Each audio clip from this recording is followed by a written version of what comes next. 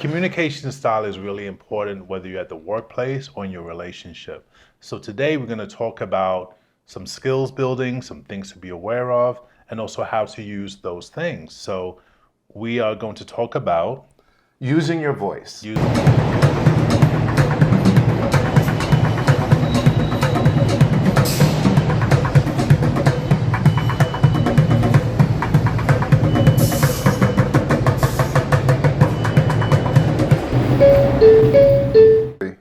Welcome to Six Train Therapy. I'm DJ Mayday. And I'm Professor S, also known as Stephen Welch, psychotherapist.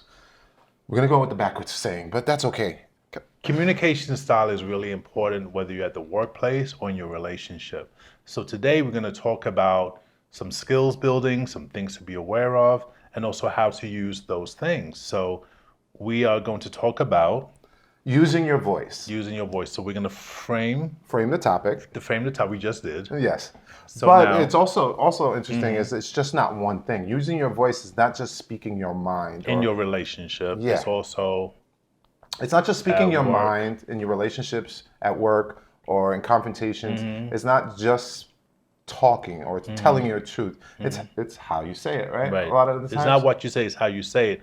And I think part of what brought us together to talk about that is because how we met during the Six Train Therapy is that we talked a lot about our relationships and Yeah. how we talk in our relationships and what's the best thing. And then as a psychotherapist, I began to talk about, well, this is what it means if you raise your voice to your partner, they're not going to listen to you. Right, because a lot of growing up, everything I did, I was passionate about. Yeah. So I Yeah. would just always come out very passionately, no matter what it Yeah. is. If I was talking about, Yeah. what I had for dinner last night, I'm going to be a little more passionate. And So- communication styles really starts in our families. Yeah. Right? Depending on Yes. how you communicate in your families, that influences how we speak to other people Yes, absolutely. And the interesting or thing, how we don't speak to other people, right? Because we might know that we yell a lot, but then in another setting, let's say at the work, we don't want to yell, but that's part of what we're going to talk about. actually, that's kind of crazy because like the style in which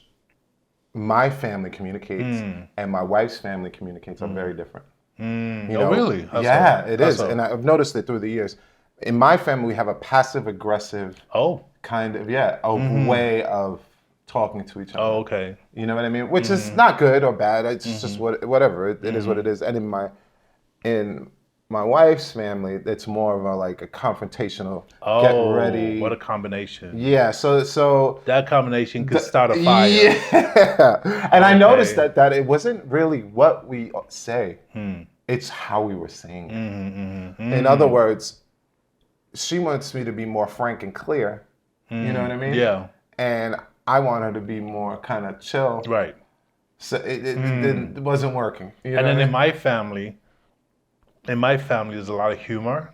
mean? Right. And not everyone wants to laugh when you try to tell them something. But we also, but I didn't learn how to be from the heart. Do you know what I mean? It was more like you're holding feelings in a little bit, but there was, I have a Caribbean background, Barbados, and so there's some humor there, but I also had to learn how to communicate appropriately, which we all do. We don't learn, some of the things that we're talking about, they're not things that make sense in the moment. They just make sense as we're talking about it. When we frame it, right? When we frame it, then you'll understand. So, But also, like I was saying, the two different styles in my family, and we came together and we brought those styles. Let's say, these styles of communication. right, And there's definitely conflict, but we've sort of, figured it out. no, I don't know if figured it out, but discovered a new way maybe. Okay. So there is a passive aggressive and a straightforward kind of techniques we both learned that we need to use. I think what I can identify with is a lot of times in at least my relationships in my family is not always saying what you need. Do you know what I mean? Kind of holding those feelings inside because you don't want to get the person upset or you don't want to feel rejected. So sometimes maybe what I carried over was maybe not being clear with what I need or being afraid to even say what I need because a person may react in a certain way. And so I think that's what I kind of experience and I guess bring into sometimes into my own relationships and at work. Actually, I'm probably more easily able to say what I need at work and probably less so in the private relationships, but yet everything kind of comes together. So shall we? Well, I want to actually talk about the work thing too, because that's also a tricky thing, right? And the knowing when to say something, knowing when to speak up at work. A lot of times it can sound like complaining, right? Or just kind of bitching in the wrong direction. You know, no employer. And there's also like a power. Sorry, I'm talking over. No. There's also a power You always do differential, that. right? Of course I do. But of course, but there's a power differential, right? Because you have your boss, and then you have you, and so you have to figure out, okay, how do I balance this out? Or sometimes you have your colleagues on the same level, but you don't want to feel like you're dominating them, and you don't want to feel like they're dominating you. So how do you find that balance? So a lot of those things we're going to talk about. Yeah, and mentioning that, I've kind of been on both sides. Like I've been on the managerial side and the employer Same side. here. Mm-hmm. So I know I appreciate it if someone is taking initiative and making decisions and being honest. Right. You know, with the things that we have to do or we can't do, or whether it's good news or bad news. I know I appreciated that. Right. Because that kept it me, helps. Yeah, keeps me in the know. Yeah. So like, that's from an employer point of view, and from the other point of view, I've been on the other side too, and it's hard to. You do get scared to talk up and speak up and say. But Same thing in regular relationships. You're afraid to talk to your partner about something that maybe you really want to get that point across, but you don't want to say it a certain way, or you hold back, and so on. So yeah. Yeah, but there were things when I was doing the research, they were saying, well, when you have instead of just complaining, making it sound like complaining, to have a sort of game plan to your point is so you have your issue, you pose facts and maybe and figures that can show it's an issue, and then have a solve for that problem. You know what I mean? So those are ways that you can address issues. So there's not like, it doesn't just sound like you're kind of complaining. Right. You bring facts and you also bring a solve. Right. And if you care about the issue, I guess that's kind of like a thing that's actually possible. And then you can bring that to the table, and then decisions can be made based on that. So a lot of times, and I guess what we're going to be talking about, make them an offer he can't refuse. You know what I'm saying? Okay, Scarface. So what I guess the focus or the framework we're using is the communication styles. So how do you get those points across, right? So where shall we start? Wherever you like, sir. Well, let's talk about using our voice, right? So using your voice involves a few things, right? And the benefits of using your voice is to express your feelings, right? If you don't say anything, then nobody really knows how you feel. That's true. So part of that is sometimes I'll be just sitting there stewing. No, sometimes you wilding. Yeah, I'm wild. Sometimes I'm sitting there saying some reckless stuff, stewing and letting stuff build up. And then we're at the kitchen table, and I'm like, "Can you pass the ketchup, please? Pass the ketchup." I'm like, "Why you pass ketchup like that? Why can't you do?" And then it just comes out in this most. See, that's the Bronx in you coming out. Well, it happens sometimes. Like the anger comes out through this. It comes out in those. It's the Heinz ketchup becomes the thing, but it really is a buildup of a whole bunch of things. And then you look crazy and then it looks great, right? You look crazy. Right. Like, why are you so mad about ketchup? Right. So like I guess it's kind of good to get it all out. I'm sorry to interrupt. Go ahead, go for it. That's fine. Well, part of using your voice is also to resolve conflicts, right? So you could have conflicts in the relationship, but then it comes out in the Heinz ketchup, right? So as opposed to waiting till it just kind of builds up, is to really begin to like, okay, something happened yesterday that we haven't talked about. Maybe we need to take some time to talk about this with your mate, with even your coworker. Same thing. Like let's talk about this problem that we need to resolve, because if we don't do it, then it creates resentment, which means that we're going to hold stuff inside. Yeah, absolutely. Therefore, the conflict doesn't get resolved. Yeah, and I don't know. I feel like I'm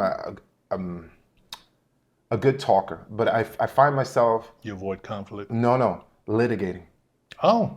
So I'll litigate my point. You mean like facts and figures? Yeah, I'll litigate it. I'm on the stand and I'm litigating. Well, I'm not on the stand, but that's interesting. I'm litigating my case to the judge, the person I'm having a conflict with. And I'm hoping, and this is part of my passive aggressiveness, I'm hoping you realize. But a lot of times that's not the right way to go. Correct. So for me, as a psychotherapist, I worked with one person specifically that was very much into facts and figures. You know, when they would talk to their mate, they would say the reason why, the reason why, the reason why, the reason why. When their partner just said, well, tell me what it is. Tell me what you want. It's very black and white to that person, but because of how they were raised, they had to come up with facts and figures with their parents. So then you bring that into the relationship where you have a partner that's like there for you, but they just want to tell you, do you want me to go left or do you want me to go right? As opposed to the person saying, well, these are the reasons why we need to go left. These are the reasons why we need to go right. When the partner's like, okay, when you're done, tell me what you need.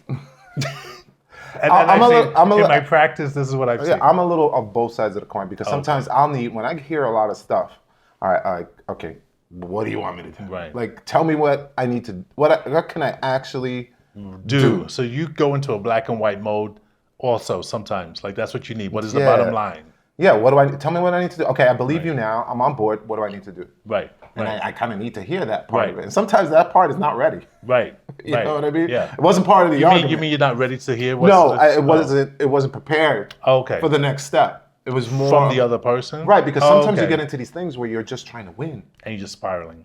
Yeah. Yeah. And it's hard to kind of break that cycle because when you're with somebody for a long time, they know the buttons to push. Right. That's right. They be pressing those buttons. And once that button gets pressed, it's off to the races. Yeah, so sometimes it's hard to make sure you don't press those buttons, get your point across, and then, fix whatever And then here's the thing, too. Like, when you're comfortable resolving conflict, or you create a way to say, okay, we need to kind of put pause on this. Let's talk about what's the conflict between us. Is that helps build trust? Because if you can discuss a conflict and really do it in a way that you can understand each other, it creates a level of trust, right? So if we both go off the rails, we know that, okay, we can both come back and say, look, I know I said it kind of loud, but this is really what I meant. I'm sorry, I was kind of frustrated. But what it does, it helps create trust in the relationship, which is not easy, but it's important that there is trust on some level in the relationship. That way, you and your mate, or even in your workplace, that person knows you're not just coming at them. You know that their passion probably comes from something else. But if you've got trust, then it allows you to go off in different directions, but you come back from a foundation of trust. Well, how do you build that trust? Like that's the thing. Like that's the thing. Sometimes it means making mistakes and coming back to. I'll give you an example. I used to work in a methadone program, and the nurse gives out the methadone, and then the client or the patient then takes it from them. But sometimes the nurses see the client or the patient every day, and I might see that person twice a month. So I may have a certain perspective on that client, that they're doing this, they're doing that, they're doing drugs, or they're sedated. But then the nurse may say, well, they're going through some midlife problems, or there's something going on with their kids. So the nurse has a completely different take on the same person, and that can create conflict. But we have moments where we can actually sit together, separate room, and we're just talking like, hey, what just happened between us? And when we can break that down, it develops trust. Because now we know each other's point of view. Now you can actually bring a problem to that person. They're willing to work with you, and that creates that trust. Right. Plus, this is a person that's a nurse. I'm a therapist, so you can trust. Like, okay, they come from certain perspective, right? Another vantage point. I'm coming from a different vantage point. How can we bring it together? And that usually is the healthiest way to work with people if you're working in a team where we all come from different strengths. So what are some of the boundaries that one needs to kind of have? What's the no-go line in this Well, I think boundaries. But I think boundaries, when you're using your voice, there's so many different scenarios. But the important thing with boundaries, I think, is to be able to know: are you saying something that is encroaching upon that person, or sometimes, let's say I'm talking loud to you, or you're talking loud to me, and I could say something like, "Well, I appreciate what you're saying right now, but can we just kind of bring it down, or shall we go into another room?" Like, not argue in front of the kids, right? So the boundaries that we don't argue in front of the kids. Let's go in the bedroom and let's have our conversation, or let's put that conversation on pause, and then after dinner, let's go talk, but let's not argue in front of them. So that's another way of creating a boundary. It's wild too. It's kind of a thing that I guess black and brown people kind of accept to some level. This is how we talk. This is we how be we loud. talk, it's We're just loud. We talk loud and we're passionate and this and that. And you know that might not be the right thing to do. And it's super. It's really hard. This is the thing.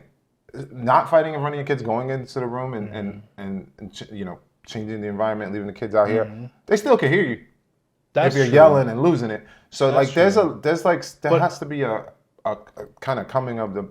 But it has to be an agreement how we do it.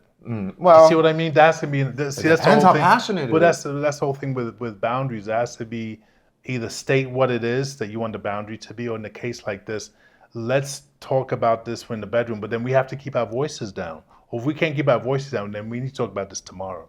We need to put it on pause. You know, for the and that's boundaries. sometimes might be And a it's good difficult. thing. That might be a good thing too, like to Yeah. pause the conversation. But you have an agreement.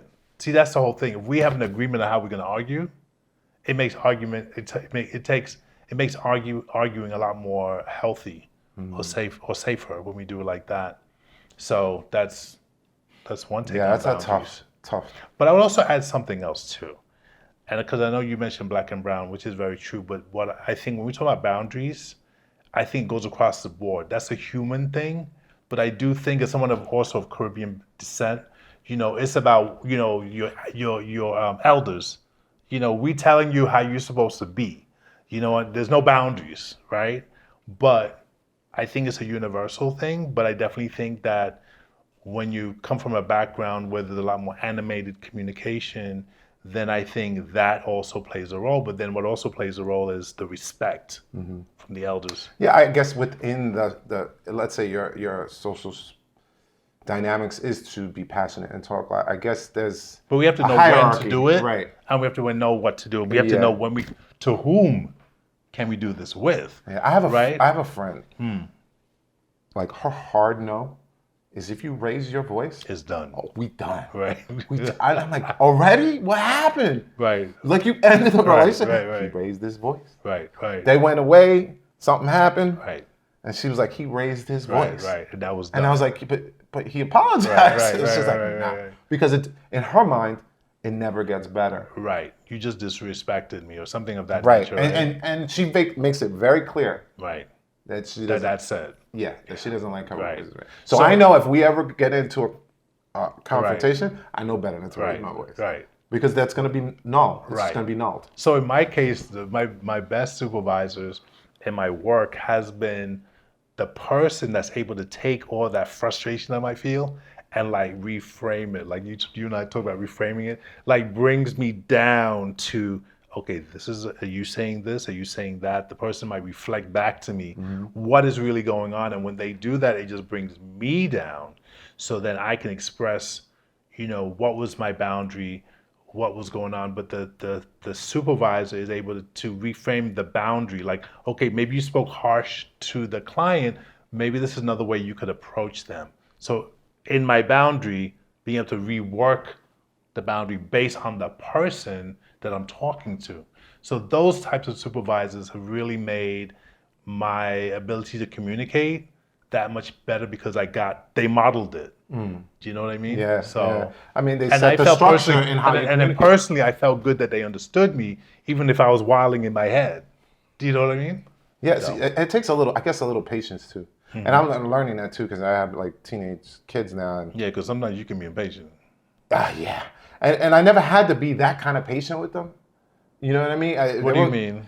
Like That kind of patient? What does that mean? Like with the raising the voice, I have one I can't raise my voice at all. to. okay. And I have the other. That's how we talk. right. Okay. So like it's just I got to be three different people in the house. Right. You know what I mean? Right. So like I don't want. That's so interesting because with my I would say my son is 33.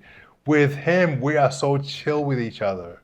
You know, there's like very like we know who we are with each other. But there are those moments with him where I go off it's rare, like once a year. I go off the rails and he's like, okay, you done? And then I'm done. I'm like, oh, I'm so sorry. And we're like, okay, I understood what you just said, Dad. And then it's done. It's like we're finished. So there's that level of trust that is developed because of the boundaries, because we respect our boundaries and limitations with each other. Plus, in between like a argument, we're so chill. Like, how are you doing? But so there's a lot of brownie points that's already been established between us. Right, right, right. That if one of us goes off the rails, we're like, okay, we're both off the rails, or my son's off the rails. We can still come back to like we're cool, because that's not how we're functioning with each other. Right, but I guess with adolescent, Oh, that's a good in the point. transition, Yeah. you know, you're used to being a certain way with them, treating them like a kid. Right. And And now all now of a they have sudden, opinions. they're grown.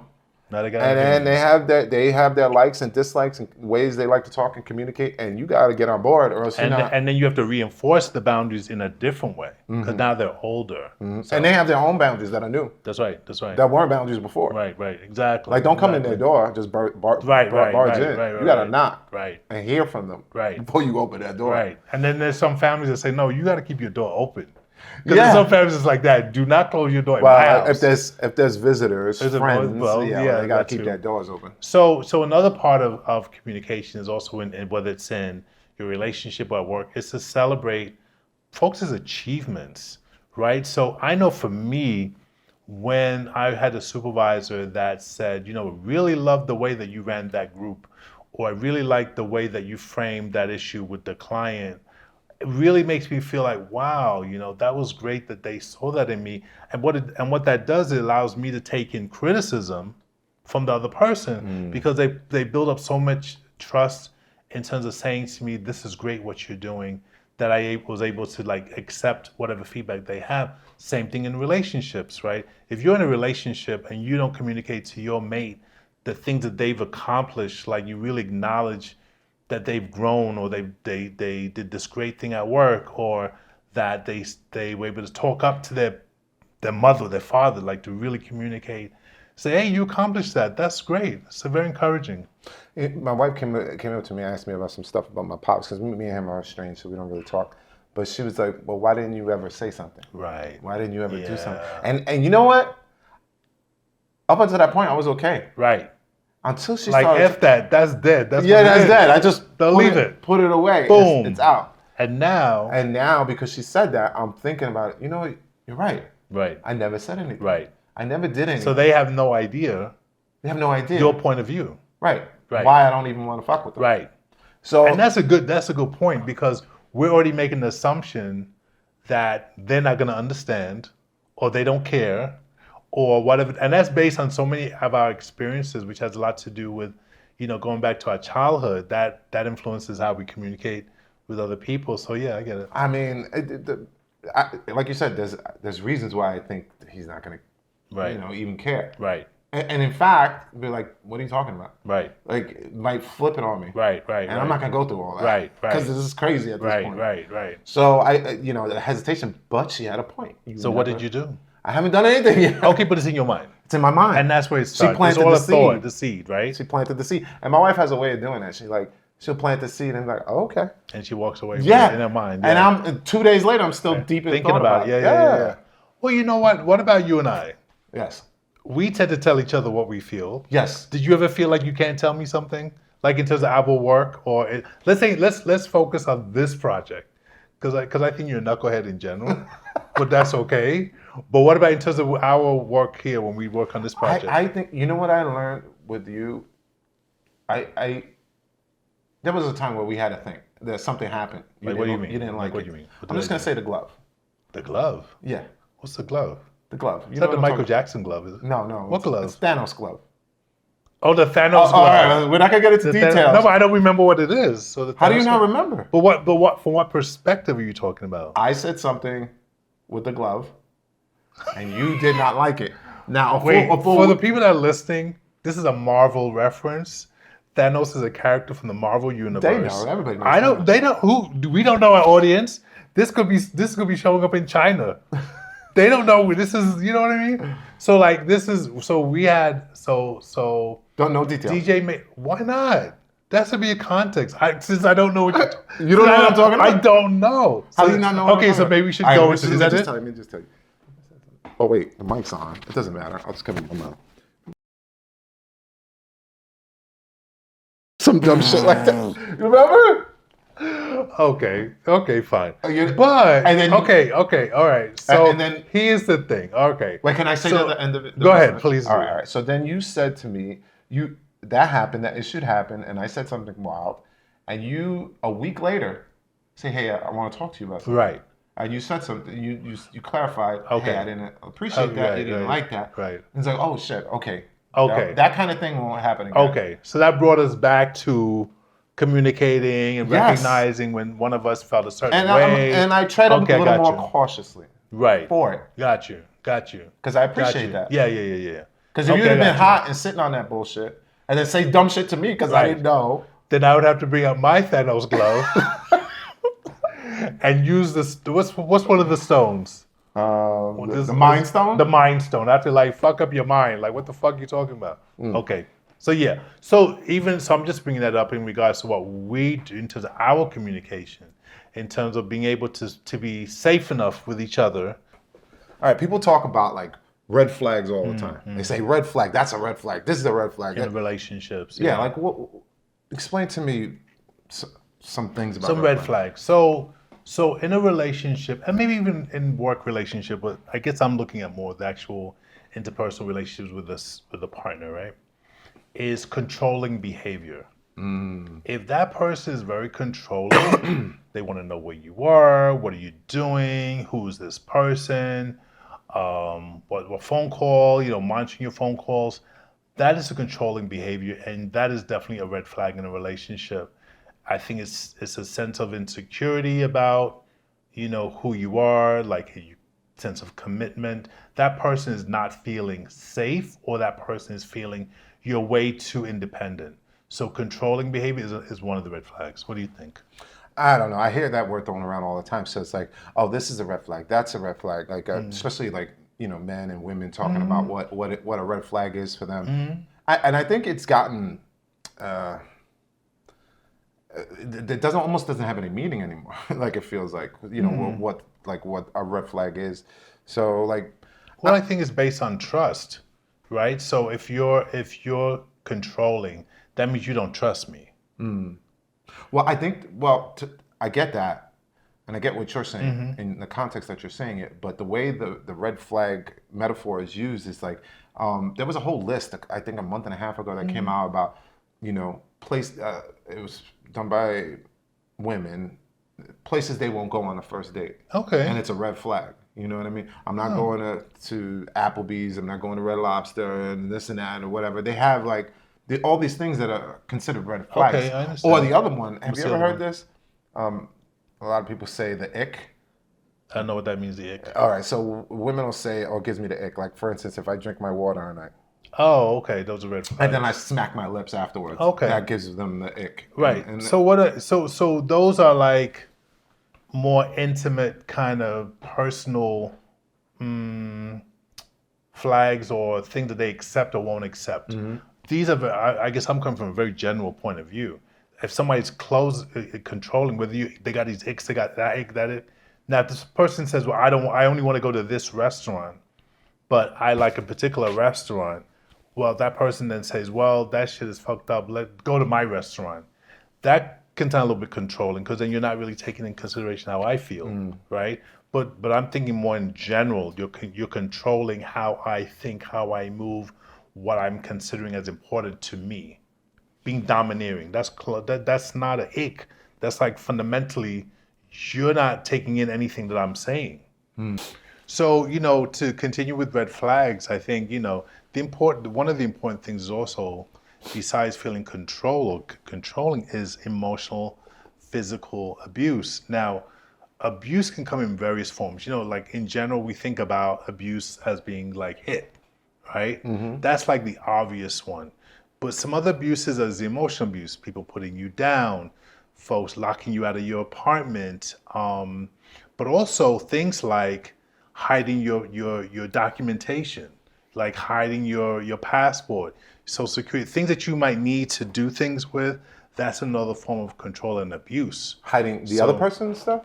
Like if I'm the controlling person, if I'm the abusive person, I could take things that are important to you, like paperwork, and have them myself so you don't have access to them. That's another form of abuse. You might need a passport to verify your identification because you're doing something. But if I have it, that means you got to go through me to get it. And if I say no, then you can't do the thing that you want to do. See what I mean? So that's something that people don't always think about in terms of abuse. That's another form of abuse. If I'm an alien, I'm not a full citizen, I may want to snatch your paperwork so that you always relying on me. Keep you in control. Keep you mine. Yeah. So what else? Well, one of the other things too is that if there's physical abuse, it's important that you seek help. It's not always that easy to do that, but at least have some form of help. Speak to someone about it. So the other thing too, in terms of red flags, are you being supported? Is a person making you feel like you've accomplished things? Are they saying things like, it's great that you did that, kind of boosting you up? If you're not getting that kind of feedback, I think that's a red flag. Yeah, I agree. Have you ever experienced that? Only from you. I was just about to say, only from me. Wow, we are the same Yeah, page. because you're abusive. That means we have a good relationship because I always hide your paperwork, right? Never gonna be able to get out of this country. I have your Metro card. You can't go to work. I gotta jump the train. So anyway, those are some red flags. But so the other piece that we want to talk about are the 5 love languages that was created by a guy named Gary Chapman. About 1992, I think his first book came out. And we'll have reference material in that below. In the description. In the description. So I'm just going to mention briefly 5 love languages, and then you chime in however you think it is. So one of the 5 love languages are words of affirmation, which means, like the last thing we talked about, encouragement.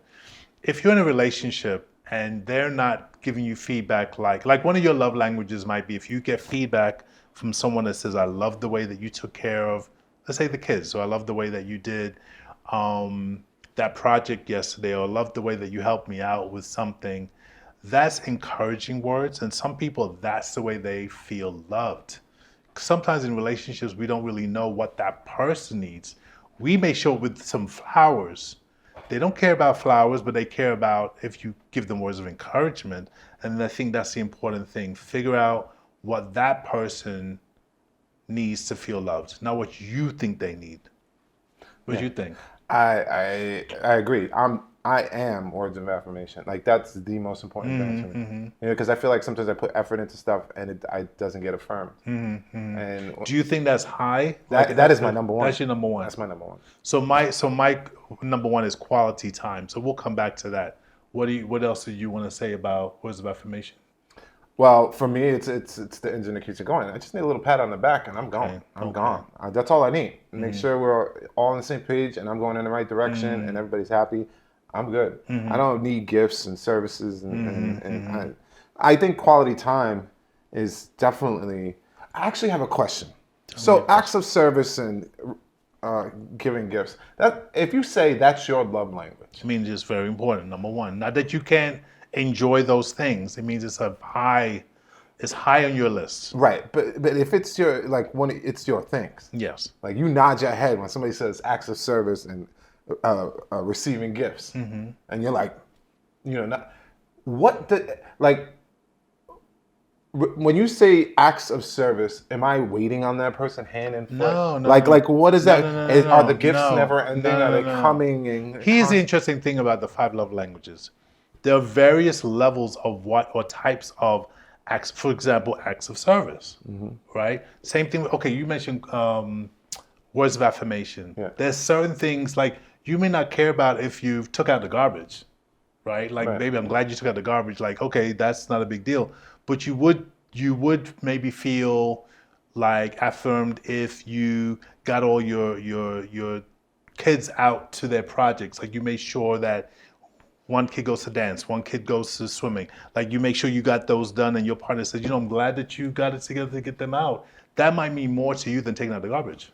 For sure, but even if you show appreciation for me taking out the garbage, that also means Okay, something, so then those are the okay. So what where kind of my things? question is where is the Why are you raising your voice first of all? sorry. But why? What's going on? We're having Because problems. this is Are we having problems in our relationship? this is a frustrating one for me because the acts of service and receiving gifts. Yes. Like if you say that's yours, and like Well, what does that we mean? have, How far but do you know, you go? but you know, we haven't gotten to that yet, right? In terms of Yeah, going down the list. Well, it's So- the next one's on the list. Okay, so acts of service. Okay, so acts of service means that person that you appreciate when you means that oh my goodness. If my love language is acts of service, that means that I appreciate when you say to me, I've taken care of something, or you like the way that I did something that was important to you. You know, like this is something that's important to you. No, not got it backwards. Yeah. Acts of service is when the person appreciates when you tell them that. Not got it backwards again. Acts of service is like Acts of service I rub is your a- feet, or I do the dishes for you without you. But you know that that's something I like. I'm the person that you're doing it for, Right. right? So let's say my mate loves when I do things for them, like I got the groceries, I got the dry cleaning, I wash the dishes. Maybe you didn't ask me to do them, but I know that when I do those things, you feel very cared about Right. by me. So for example, I'll give you an example from my practice. One person, their partner felt so excited when they washed the dishes, cleaned the kitchen, you know, did things like that. And to them, they felt like that's what I do. We're living together. But for that person, they were so excited that they did that because they didn't have to ask for it. Okay. So does that help you? in terms of- That's fine. Okay. But if acts of service and receiving gifts is your love language, Yes. that's a little. You don't So think it's a that little means toxic? if their love language is, but then you figure out what is their love language? What is it they really care about? Do they care about if you keep the kitchen clean when you wash dishes? Do they care about that? Or does that become a big thing like, well, why didn't you wash your dish? Why are you leaving it for me? Or does it care like, okay, in the bathroom, you know, you pissed on the floor, because you know, men, we piss all over the place.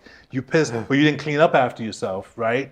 If you just left it, they'll be pissed. But if you cleaned it, then that would be an act of service for them because you know that's the thing for them that pisses them off. So it's not toxic where you gotta do everything, but you know what that thing is for your mate. This is what they would care about. It's also up to the mate to tell you these are things that I care about. They also have to communicate that to you. That's the other part. All to right. it. So receiving gifts. Clarify that one because that. Sure. So I'll give you. Because I think if acts of service and receiving gifts is your love language, Why are you that's raising your voice? because that's toxic as fuck. Why are you raising your voice? Why is there bass in your voice? Are we having communication problems here? No, So no. for example, okay. But for example, I know that if someone gives me Trident gum that is cinnamon, and they know that, I would love that. Because it's a small thing, but it's a big thing because you know that's something I like, right?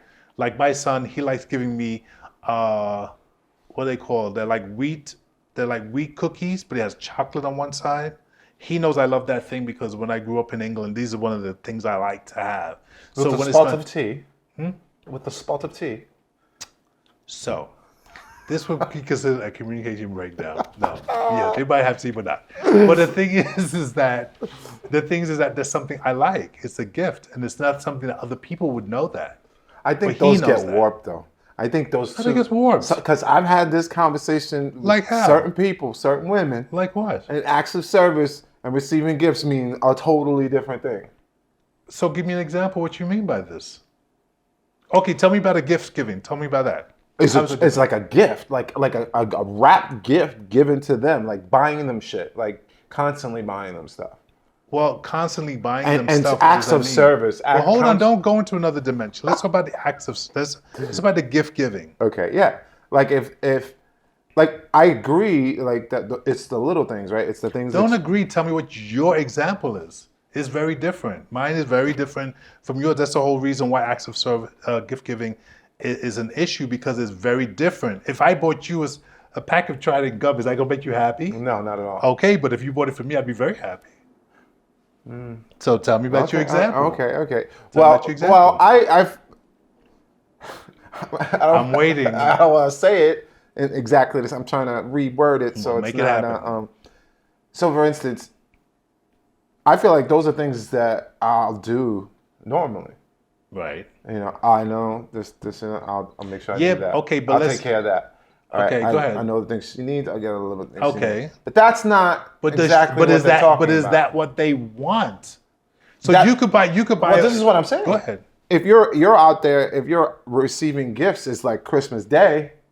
That's not it. That's not it, right? No. That's not it. But that's Well, not that's what, my point. But that's not what gift giving is about. It doesn't have to be a holiday. It doesn't have to be a special occasion, right? Let's say your wife likes to have tickets to a Broadway show. Right. She likes a Broadway show. Okay. You know this about her. If you showed up and say, "Hey, babe, I got tickets to Cats," she'd be like, "Oh my God, you got me tickets for Cats? Thanks. I've always wanted to go." But you gave me tickets for Cats. I don't give a fuck. No, but I don't care for I Cats. get, Now, I get but that. I'm just but saying, tickets to this Cats is what are she one likes. of those expensive things. No, but that's not the issue. It's not the expense. It's like knowing my partner, my wife knows that I know she loves Broadway. She just loves it. Anytime you give something about Broadway, she just lights up. Okay, It could be an okay. off Broadway. It could be like off Broadway, but she loves that stuff. So if you got it for her, it could be a $5 ticket. It could be a $200 ticket. But the fact that you know that's what she likes, and I get that for her, she feels like you love them. I hear you, and I Okay. understand what you're saying. You know, I'm a psychotherapist. I know these things, but go ahead. No, I know. That's why I'm bringing it to you. Go ahead. But I feel like a lot of times that gets literal interpretation. But you ask receiving them. gifts. No, but you ask them. You find out what they like, or they'll tell you, because that's the other thing about love languages. You, as the person, you have to let your partner know what I like. If it's a gifts that I like, I'm going to tell you what kind of gifts I like. Flowers. I like chocolate. I like walks in the park. I like going on a vacation to a foreign country. You Well, will have know ever that heard- about have, that have person. you ever heard this though? I've heard this. Well, you should know what I like and what I But want. that's the whole thing about what we're talking about. We're talking about communication and relationships. The whole framework with this is communication and relationships at work and in your intimate relationship. So this is another angle. Sometimes a person doesn't even know what their love language is. Sometimes they need a conversation like this. Or actually in Chapman's book, there's actually a quiz that you take. And it'll rank, by the end of the quiz, it'll rank out what your number one is, what your number 5 is. All right, so let's go to quality time. What is that exactly time. that? So quality time, depending on your mate. So for example, for me, quality time could be going to the movies together. Quality times could be let's go to an event together. Quality time could be let's just sit down together and watch a movie together. That's what it looks like for me. It may look like something completely different for you or for your mate. Their quality time could be, well, let's make a meal together. What you gotta say about that, Willis? I don't have that one. Seems to make more sense. It's straightforward. If I feel like But if quality it's your time, mate, though, is your mate? Is that a number one love language for it? Is quality time a number one? I don't think it's Is number it one. high up on her list? I don't think it's no. I don't think it's high up on the list. What's her top 2? Well, when I get into personal, I feel like Well- it's acts of service and Okay. physical touch. Okay. We've had these conversations before, so I know Okay. those are the top 2. So So as long as you know what type of those 2 categories are, that is more likely for you to feel that person, will feel loved. Do you know what I mean? Mm-hmm. So, so physical touch I'm trying to would think. be the Well, fifth. you know what? It's crazy because I'm trying to figure out what my second one would be. Yeah. What is your first? Affirmation. What's your second I'm not out of sure. the list? I'm not sure. I got to take the test again. I took the test before, but I don't you remember did. it.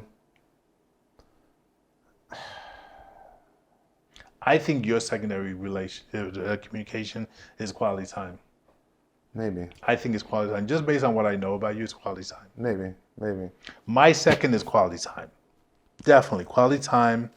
And no, that's the top 2 would be physical touch and quality time. So that's the 5th love language is physical touch. So physical touch could go for any range. It could be holding hands. It could be sex.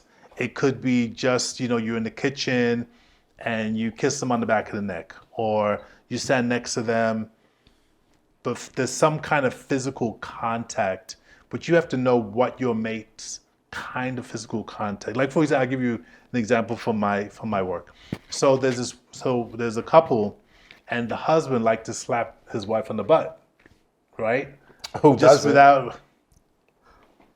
But for her, coming up behind her and slapping on the butt was a problem. First of all, she don't like people coming up behind them.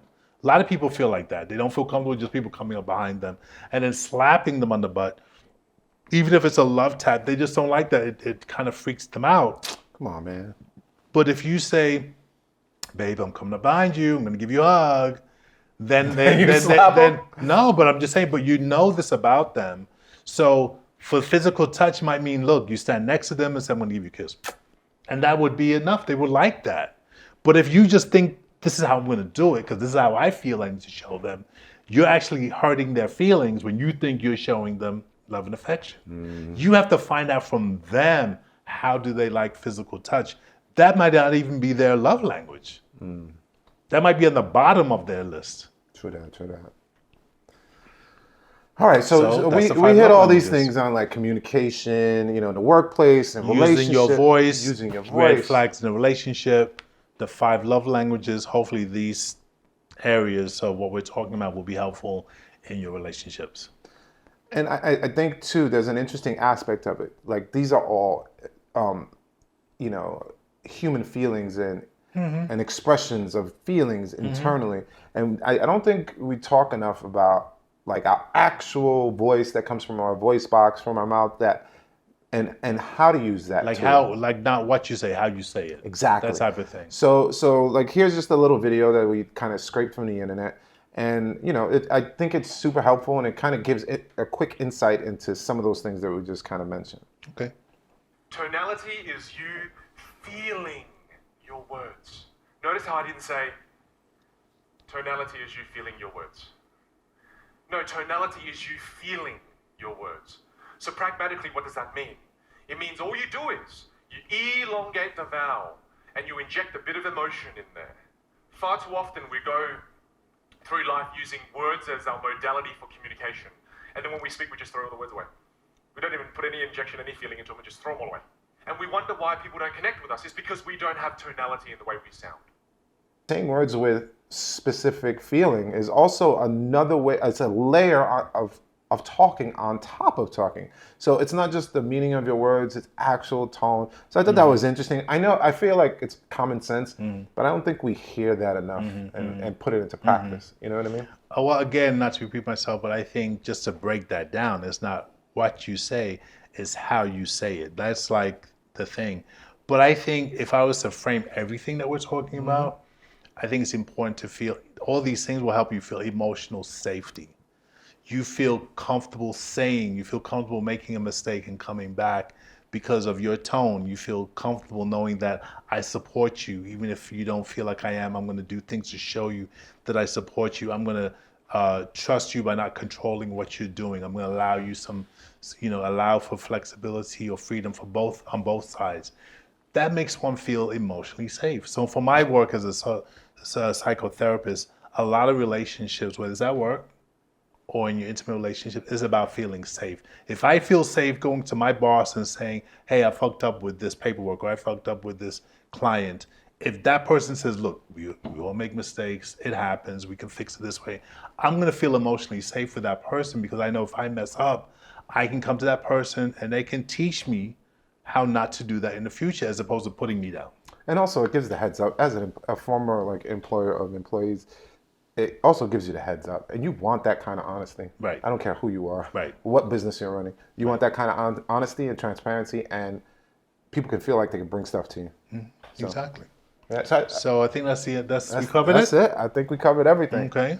So I'm DJ Mayday. And I'm Professor S, aka Stephen Welch, psychotherapist to the stars. So we want to make sure people subscribe, comment, and like. There we go. We're gonna get that right one day. We'll get it together one day. Thank you for listening. Peace. 6 Train Therapy. In the house. All right. Oh God, we cut that out.